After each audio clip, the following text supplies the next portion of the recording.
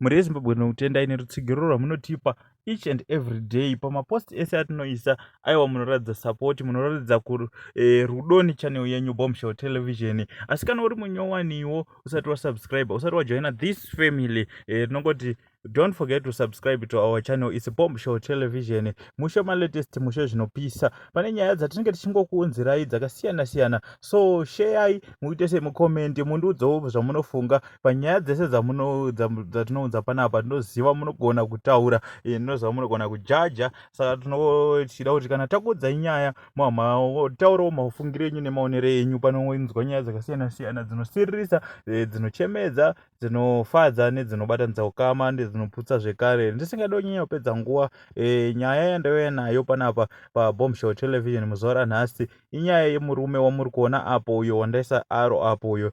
Murume uyu arohwa zvakaomarara, aitwa Kafira Mberi chaiko, mushure mekunge ayabachi kambudzi kevamwe amai. Izvo zvinoita ndezvekuti paunenge uchiba hombe dzedzeu, uchiba matashi, uchidaita sei, haubatwi, but paunozobatwa unobatirwa kanhu kadiki diki, and unobva warohwa nevamwe vanhu vakabirwa kana maTV kudzimba dzavo, vanenge vachingoti mbavha ngairohwe, mbavha dzidzidze. But hei, munhu uyu azorohwa zvakaomarara. Hedu kutsvakwa ndebvu, varume tinodzimurana, havabatsirana zvavo kunge vachibata munhu uyu, but marovero avazomuita.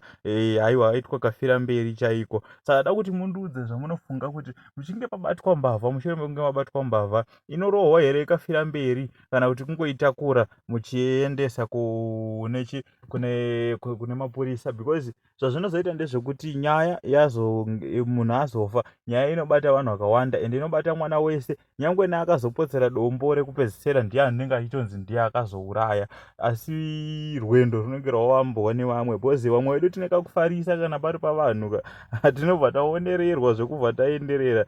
But anyways, tell us, what do you think in the comment section? Is it good kunge uchiuraya munhu kana kuti kunge muchirova mbavha zvakaomarara kudaro, kana kuti munofanira kungoitakura nemhosva inenge yapara makangoiendesa zvenyu kumapurisa?